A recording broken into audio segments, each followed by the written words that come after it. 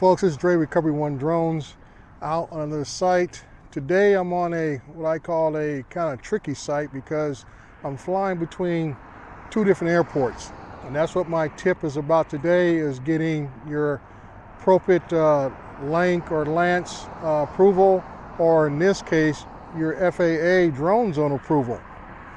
Now, many times when you submit your FAA approval, you need to give them as much information as possible to ensure you to get the authorization.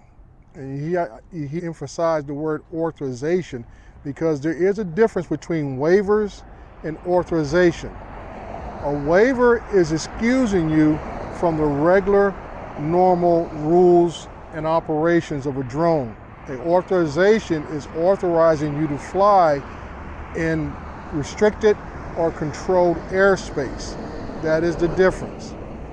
In the case here, I'm between two airports. One airport to the north of me, I'm in a 400 grid area, but the airport to the south of me locks me down to 197 feet. Now, the real tricky part of this is that I had to submit the information and let the FAA know the different overlap I'm in. So what happens is, if I take off, normally I'll hit the ceiling at 197, and I will never get to where I want to fly at, which is usually around 395 for this job site.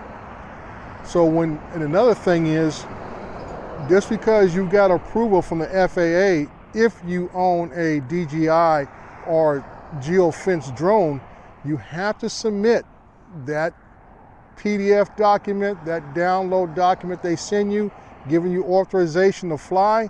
You have to submit that with your unlock request to DJI.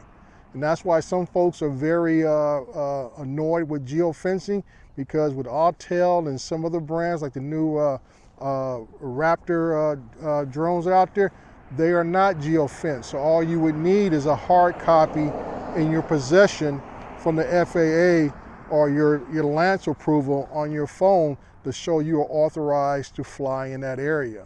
But DJI drones and other drones that are geofenced, you have to go through the unlock process to get your drone to fly in that area.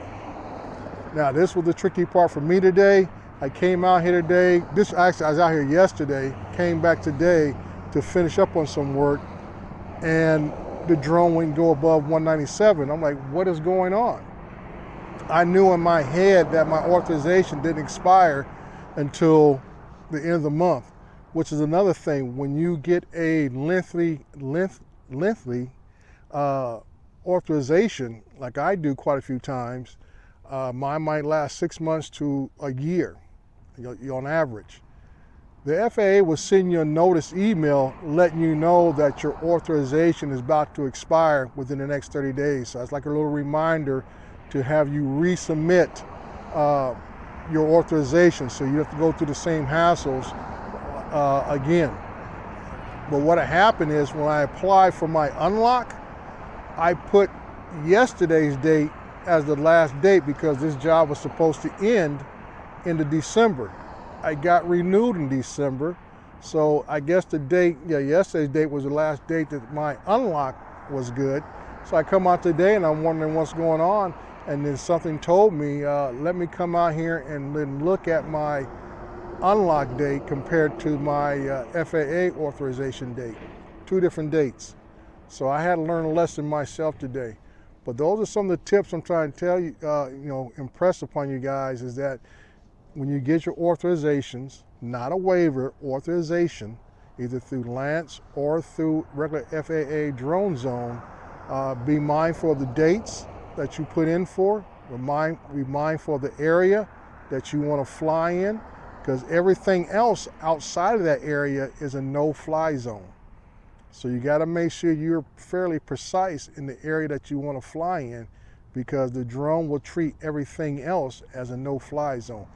It only authorizes you to fly in the area that you are submitted for. So that's my tip. This is Dre, Recoveryonedrones. As I always say, hang on, enjoy the ride, and please subscribe. Thank you.